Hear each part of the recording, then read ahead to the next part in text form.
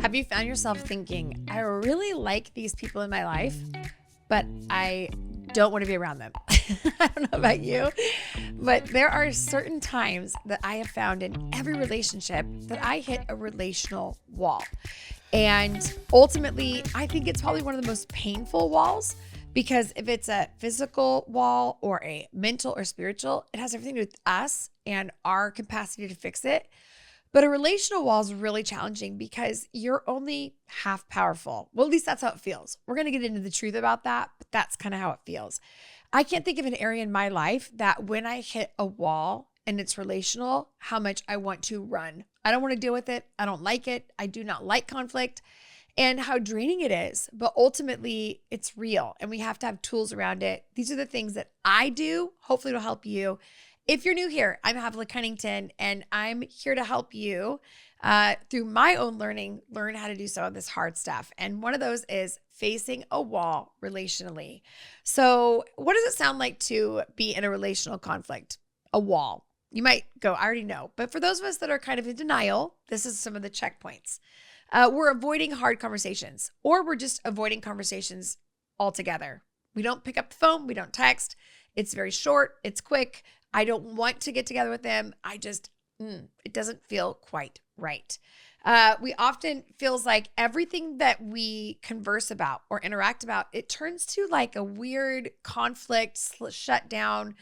It feels awkward and it feels exhausting. Like that's what it feels like when you hit that wall. It's just like, I don't know how to win here and I don't know what's going on here. And a lot of times when we're in that relational conflict, we just feel misunderstood. We feel misaligned and honestly, we get tired of trying. We just get tired of trying. And for those of us that underfunction or overfunction, if we're the overfunctioning one, we just get tired of having to mend every bridge, right? I got to mend it. I got to get in there. And for the rest of us, I think we just get stuck of like, I'm tired of you wanting to be in a relationship. It exhausts me. Like, let's just leave it as is. But the truth is, that's not really what we're supposed to have either. We're not supposed to to be honest, I get concerned. There's a lot of things going on in culture right now where we just burn bridges. We just shut relationships down. We just move on. We pack up and leave. Like I just had a friend of mine who had some friends of theirs in their church and they just decided like, we're going to pack up and leave. Even though they had said, we're here for life. We're going to do this with you. And when they left, not only did they leave, they left with a really hard conversation where they just told them everything that was wrong and why it didn't work. That's how relationships are in this season, in this culture. Like I just noticed that we can't just leave peacefully. We have to leave with like a dig. We have to leave with like this is why I don't want to date you anymore. This is why I don't want to go to your church anymore. This is why you're not my friend anymore. And really what it is it's not actually healthy boundaries. It's not health in relationships. It's really wounded people wounding people. And the truth is, this is not going to serve us well. Now, there are times where there's a healthy goodbye. There's a healthy, I'm done. Yes. We will get into that. But what happens is when we hit a relational wall, and if we don't run, it feels like all we're doing is trying to have these heart to hearts with people. And there's like this brick wall and we're trying to yell over that wall. Like, I love you. I'm here for you. I want to do this with life with you. And yet the message doesn't get to them because it just feels like there's massive wall in front of us. Well, I go to scripture always for help because there's a lot of good research and tools and tips out there and I love them all, but scripture is that truth, right? And Proverbs 15:1, it says it so clearly. It says this, a gentle answer turns away wrath, but a harsh word stirs up anger. I mean, this is Proverbs, this is wisdom, but it's just saying, listen, if you don't want wrath, you don't want disconnection, you don't want, shut down, then you're going to have to watch how you respond. And if you don't want to keep stirring it up, then stop using harsh language and harsh words that actually stir up not just conflict, but anger. Like in the Hebrew, the word he chooses is really profound. He uses the word gentle, and it doesn't imply weakness. Like gentleness is not, like I used to think meekness meant you were quiet and passive and you wore a turtleneck. Like that's what I thought meekness was. But no, actually meekness is strength under control. It's the same thing with gentleness. It means an intentional softness born of strength. So there's a softness that we're choosing. I could give you a word that stirs up anger. I got one. I got a few. I'd like to read it to you. I'd love to text it to you. I'd love to DM you.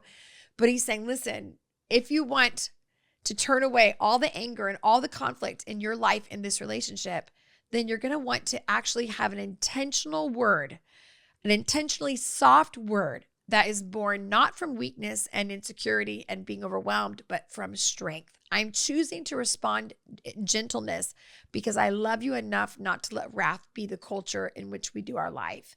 So this is perfectly described. It's like in scripture, it's like a balm that heals a wound. It's this healing ointment. And gentleness is strategic, but it's not passive. It's like you're not going to accidentally say a gentle word. You're not going to accidentally say a word in love. Like, I love you, but that's the truth. When we are in conflict, we're not like, whoops, I made it better. Like, no, we intentionally are out to protect ourselves, out to protect what we think is important. And ultimately, if we are going to be gentle and full of love, and we're going to pick something that diffuses it, that's super intentional, and it requires an enormous amount of self-control and wisdom and strength. And so what he's saying is this: peace is not passive.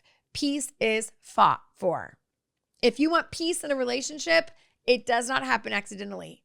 You actually have to choose to find and fight for it. Now, some of you go, well, I'm just a peacemaker. I just like peace. No, you avoid conflict. And that means your relationships are kind of shallow because you don't go deep. You don't tell people what you really need. And so you have no needs. And so you just avoid conflict by never telling what you need and just thinking, I'm just a peacemaker. No, it requires a vulnerability and a depth and I want to say humility to say, these are my needs. And I'm still going to respond to you in love, even though you may have responded to my needs differently or in a way that didn't help me. Very, very important. So very important that it is not passive, it is fought for. And I can think about a lot of relationships in my life, but I remember this one time when my friends and we were having this text message thread, which you guys know, a lot of conflicts happen in text messaging because there's no conversation. You don't know what the person meant. You can throw in an emoji, but what does that mean? And that emoji means something different to you than it does to that person. And I remember telling this friend, like, fine, it's fine. We don't have to do this one thing that we had set out to do. But the truth was, I wanted to do it. I had set it up to do it, but they didn't want to do it. And so they kind of just went, let's not do it. It's not a big deal.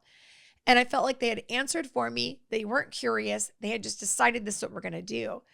And I remember this part of me that felt like I could text back, you know what? I think other people have other opinions about it. Why don't you be more curious about it rather than tell me how I'm going to experience it? That's what I wanted to say. But I didn't say that. I just said, hey, I would love, if you're curious, I'd love to share with you why this is important to me. And I didn't say if you're curious, I just said, hey, if you have time, I'd love to share what's important to me. And of course they responded, absolutely. But I had to make this decision in the middle of it. Like, am I going to shut down, not respond, and then build a grudge? Am I going to tell a few friends how insensitive this person was and like build a little group that is critical of that one person? Am I going to fight it out on text message and throw a bomb into like, here's what I think about you and what I think about this, which I have done in the past, not a healthy part of me? Or am I going to be full of peace, which means I'm not passive. I'm actually really strategic. And that means I'm going to strategically send an invitation to have this conversation and see what happens. Now, luckily my friend was very mature and she picked up on it and went, absolutely, we'd love to hear. Not everyone is like that, but I knew that I stayed powerful because I showed up in a way I needed and I shared what I needed. And that was really, really important. So this is what is really important. When we are in a relational wall, I'll tell you what, when you're in a relational wall with your spouse, it feels like there's just somebody in the house that you cannot get away from. I don't know. It's like the weirdest feeling. Marriage is beautiful and it's beautiful. When it's tough because everything is shared. Life, bed, everything. And so a lot of times you can feel like you're in the same house, but your worlds apart. And the energy and the tension of that energy, man, it just feels like connection is nowhere to be found and it's every man for himself and there's just conflict. And what happens often when we have that wall relationally is that we just feel misunderstood, we feel resentful, and we feel like it's building up. It's just building up. And for some of us, we shove it down. And for others of us, we're amping up. But ultimately, it's going to come to a critical moment where either someone walks away or somebody says, we got to talk about this. And what does that look like? So when we hit that wall, you can try to avoid it, but it's not going anywhere. And sometimes you can avoid it and then it comes up as a passive aggressive joke, or it comes up in a conversation with somebody else where they said, oh, you said this. And there was never really a healthy conversation about it. It was just dealt with by shoving it under the rug, right? So here's what often happens. When we feel like no one's saying what's going on and it feels like everyone can feel that there's tension, we have this internal conflict of like, do I stay silent or do I speak up? Do I stay silent or do I speak up? A lot of that comes from a couple things. Our personality. Some of you are just speak up people, and that's just who you're going to be, and you're going to speak up. Others of us, it's, we're quiet. We don't want to. And then there's also how we were raised. Sometimes we were raised by our caregivers that speaking up is drama and exhausting and no one wants to hear it. And then for others of you, you were raised where you better speak up or you're never going to be counted as like a whole person in this relationship. So again, really being aware of where does this conversation happen inside of me? And is it personality? Is it my growing up years? What is that part of me? But then I have to actually elevate. Not only is it my personality and what I grew up with, but like I want peace and I want a relationship with this person. Like that is what I want. And so when we hit that relational wall, I have to decide, what do I want? And if I want this relationship, then I have to be willing to fight for what I want. And there's a part of me that thinks I can't handle it, but I can. And that's really, really important. So here's what we often think about is like, well, why do I always have to be the one that brings it up? Why do I always have to be the one that goes and says, hey, here's my olive branch. Will you mend this? And I think this internal narrative is like, if it's this hard, maybe it's not worth fixing. Man, I have felt that so many times. Like, first thing I want to do is run. First thing I want to do is to go, we're done. But there's this part of me that feels like, why is it so hard? Like, is this really worth it? And yet deep down, I know that in order for me to get a depth of relationship, I have to be willing to go through the fire. I have to. Dr. Henry Cloud says it so well. He talks about connection and he says, connection requires clarity. Don't elevate the person who brings it up. If it's you, you're not the hero. If it's them, they're not the hero. They're just the person that brought it up. Okay. So like, stop making a hierarchy. It's not, but it's what you do when it's brought up that's going to matter most. You could bring it up, but be a bully the whole time and it doesn't really matter.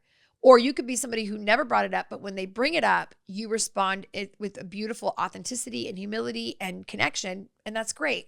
So again, don't elevate who brings it up. Just be willing to show up when it's brought up. So I think it's very important to challenge those assumptions that whoever brings it up, they care more. Whoever doesn't cares less. Whatever those assumptions are, really challenge those stories that we create that causes drama. And then what we want to do is kind of reset our posture. And this is really what the scripture is talking about, which is that our tone matters more than our point. So you might be right, but you could end up being wrong, meaning the whole thing can be turned. I mean, yeah, you have a point to make, but did you actually connect with them or did you make your point? And this is something that I've really dug into in my own life because I grew up in a home where it was speak up and share what you think and fight it out, not angrily, but just like get it out and share it and talk about it. But then there was this part of me that felt like, why?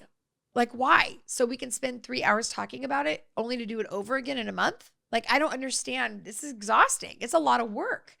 And then I had to really realize, wait, I want a depth of relationship with my spouse, with my kids, with my friends.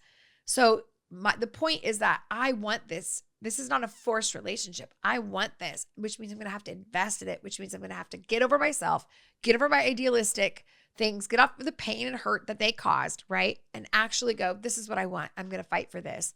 So my tone really, really matters. So I want to start asking better questions in my relationship at that moment. When I hit a wall, when Ben and I are hitting a wall, or when my sister and I, or when my best friends and I, or whatever, my kids and I will ask the question, help me understand. Help me understand why you sent that text. Help me understand what you meant by. Help me understand what you need from. That is really, really critical to actually use that. Now, when I give you tools, and I know this because I am somebody who does this, I often will use the tool to only get leverage to be able to craft the conversation. But I'm asking you to humble yourself and go like, no, actually asking, help me understand in humility, not help me understand why you're a punk. I don't understand, but actually like help me understand what's going on here, and being curious is very important. So what we want to do is we have to understand that real connection requires real risk. I don't know anybody who has a beautiful connection who's not willing to risk by having the hard conversation, by saying the thing that hurt them, by going back and saying, this matters to me over and over again. It just is what it is. I love you, but real connections, real depth, real relationships, they require work. So if you're saying, I don't actually work on any relationships, my challenge to you is maybe you don't have any real depth of relationships with people and it's a little surface level. That's okay. Now you're aware, and now it's time to go, where did I lose myself in this relationship? Where did I lose myself in this conversation? Where did I lose myself in what I need? And is this person only about what they need? And is this the right person that needs to be in my life? Very, very important. So what we want to do is we want to be able to be honest without being harsh. Yes, we're going to have boundaries, and boundaries are they're doors. They're not walls. They're not imprisoned walls that go, I've got boundaries. You're not going to talk to me that way. You're not going to look at me that way. You're not going to say that to me. Stop. They are boundaries that say, hey, if you want to be close to me, here's what I need. And you're super powerful. If you don't want to do that, you're welcome to go do whatever you want to do. But if you want to be close to me, here's what I need. I need no yelling. I need no screaming. I need no cussing. I need no name calling. I need no blaming. I need this from you. And if you're able to do that, then yeah, let's get close. Let's connect. If you're not, then I bless you, but that's what you're going to need to be close to me. That's a whole boundaries. And just to be honest, I did a whole book called I Do Boundaries. So if you're curious about how do I build healthy boundaries, that is my go-to manual on all boundaries. I Do Boundaries is my go-to, and I'll put it in the show notes. So what's important is that we want to be able to return to loving them without losing ourselves, right? And I think that's why there's that angst. When we hit that wall, it's like, I don't want to lose that this matters to me. I don't want to lose that I actually know what I think at this moment. I want to share it. Like there's something in us that's kind of crying out for the authenticity of us to say like, I matter. I want to be seen here. And there's a conflict because I either don't feel loved, I don't feel seen, I don't feel acknowledged, whatever that is. And that could be me, that could be my issue, but ultimately there is an issue. And so being aware of that. So how do we do? What do we do? Well, we're going to learn to connect back by staying open. And so we're going to rebuild some trust and some of our relationships. So one of the things I like to do is I like to stay open. And I literally have to tell myself, this is not going to be perfect, Havilah. This is not the perfect ending. This is not the perfect relationship. This is not the perfect marriage, perfect parenting, perfect best friends, perfect. Stop. It's not going to be perfect. But my job is to stay open and curious and to answer with a peaceful answer, right? A slow answer, an answer that brings peace to the situation. And so here's what I want you to understand. Here's some things I would recommend is I want you to write an honest message that you won't regret. So if there is somebody that you're in a relational wall, I want you to write down, maybe it's a text message, maybe it's an email, maybe it's a voice message, but I really want you to get it out. Doesn't mean you're going to send it to them, but I want you to actually get out what you think, because a lot of times we don't know what we want and what we think. We just know we don't like that. And so what we want to do is, in a sense, parent ourselves by saying, okay, if I was to send a message, here's a message I would send. And then I would look at that message and say, is this about them or about me? Am I taking ownership? I feel, I think, this is what happens in me, not you. And I do this when I hit major conflict relationship with people. I will write them an email. I've yet to send the email, but I will write a full page email. And then I put it all on paper and I look at it and I start to see, where am I playing the victim? Where is this truth? Do I really think this?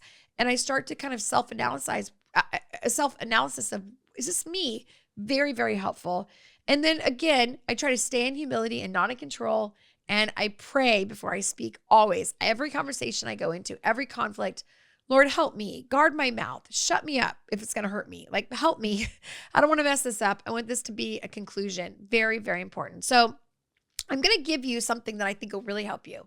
I created this little hard conversation cheat sheet that we're going to actually attach in the show notes. And within that show notes, we're going to teach you 3 phrases that open your heart and not your wounds. And so what it's going to do is it's going to really help you with disconnection and tension and communication fatigue. Can I get an amen? All right.